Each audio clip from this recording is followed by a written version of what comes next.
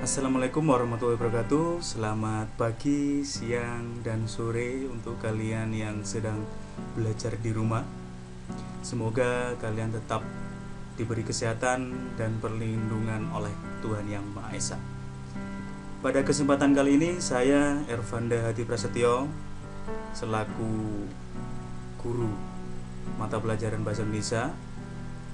Pada kesempatan kali ini akan menjelaskan secara umum gambaran teks prosedur itu apa.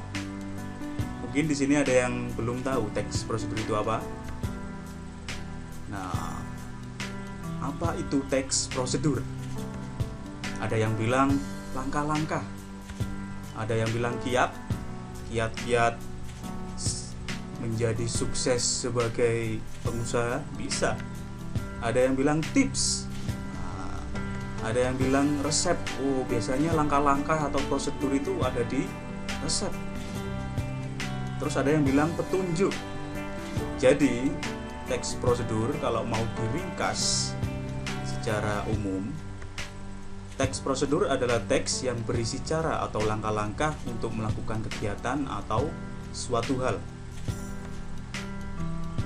Nah, biasanya yang namanya teks prosedur itu ada yang namanya struktur. Struktur itu apa? Struktur teks adalah berkaitan dengan pola bagaimana teks tersebut disusun. Jadi ada beberapa bagian-bagian dari teks prosedur yang harus kalian cermati. Yang pertama, ada yang namanya tujuan. Nah, tujuan ini biasanya adalah sebagai pembuka atau pengantar tentang topik yang akan dijelaskan dalam teks.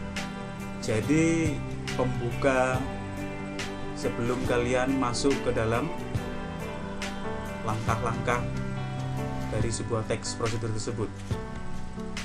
Berikutnya ada langkah-langkah. Nah, ini yang sudah saya sebutkan tadi, bahwa langkah-langkah di sini bisa berupa atau di dalamnya berupa perincian, petunjuk atau tahapan-tahapan yang disarankan kepada pembaca.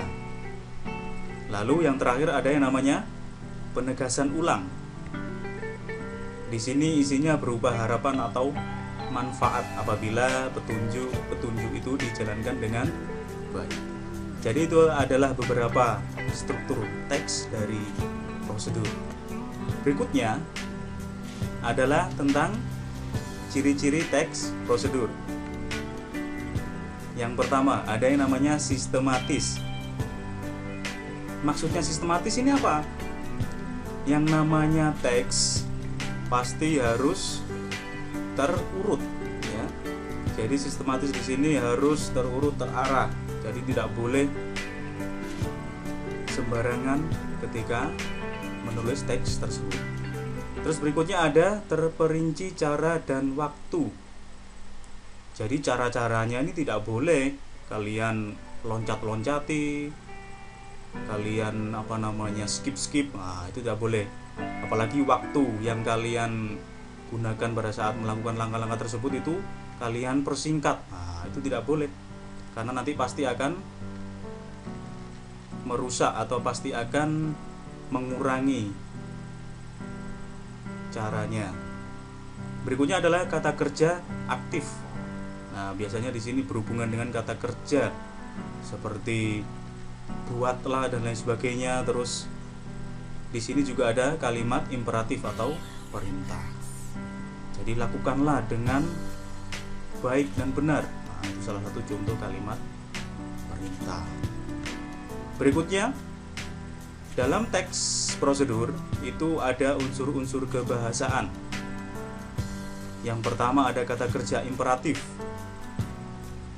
Contohnya ada kata-kata pastikan, lakukan, ya, hindari dan sebagainya. Ini kata kerja perintah. Berikutnya ada konjungsi atau kata hubung. Contohnya seperti kemudian, selanjutnya, lalu, setelah itu dan sebagainya. Terus yang ketiga ada yang namanya pernyataan persuasif. Ya, ini bertujuan meyakinkan pembaca untuk melakukan cara yang ada dalam teks prosedur tersebut. Terus yang terakhir adalah kata teknis. Di sini berhubungan dengan kata-kata itu yang digunakan sesuai dengan ilmu atau disiplin ilmu yang kalian kuasai ketika membuat sebuah teks prosedur, ya, atau sesuai topiknya. Jadi kalau semuanya kalian jurusannya sepeda motor, jurusannya RPL, pasti akan memakai kata-kata teknis yang berhubungan dengan disiplin ilmu kalian atau yang berhubungan dengan jurusan kalian. Jadi seperti itu untuk unsur kebahasaan. Nah, ini contoh sederhana dari yang namanya teks prosedur. Di sini teks prosedur membuat nasi goreng. Yang pertama di sini ada bagian yang pertama, pembuka ya. Nasi goreng memang menjadi salah satu menu makanan Indonesia yang paling terkenal hingga ke mancanegara dan seterusnya. Ini namanya pembuka. Terus berikutnya ada langkah-langkah. Ya. Bahannya apa, alatnya apa, cara membuatnya apa. Jadi ini adalah sekilas contoh dari teks prosedur yang sederhana. Ya, terus langkah-langkahnya itu pertama apa saja dan lain sebagainya. Jadi seperti ini sekilas materi tentang teks prosedur secara umum. Untuk pertemuan berikutnya kita akan membahas lebih lanjut tentang unsur kebahasaan. Kita akan bahas kupas secara mendalam tentang unsur kebahasaan dari teks prosedur. Jika ada pertanyaan yang ingin disampaikan atau ada hal-hal yang ingin didiskusikan, silahkan kalian menghubungi guru mata pelajaran masing-masing nanti. Terima kasih atas perhatiannya. Tetap semangat, tetap belajar di rumah, jangan bermalas-malasan. Terima kasih. Saya tutup dulu. Wassalamualaikum warahmatullahi wabarakatuh.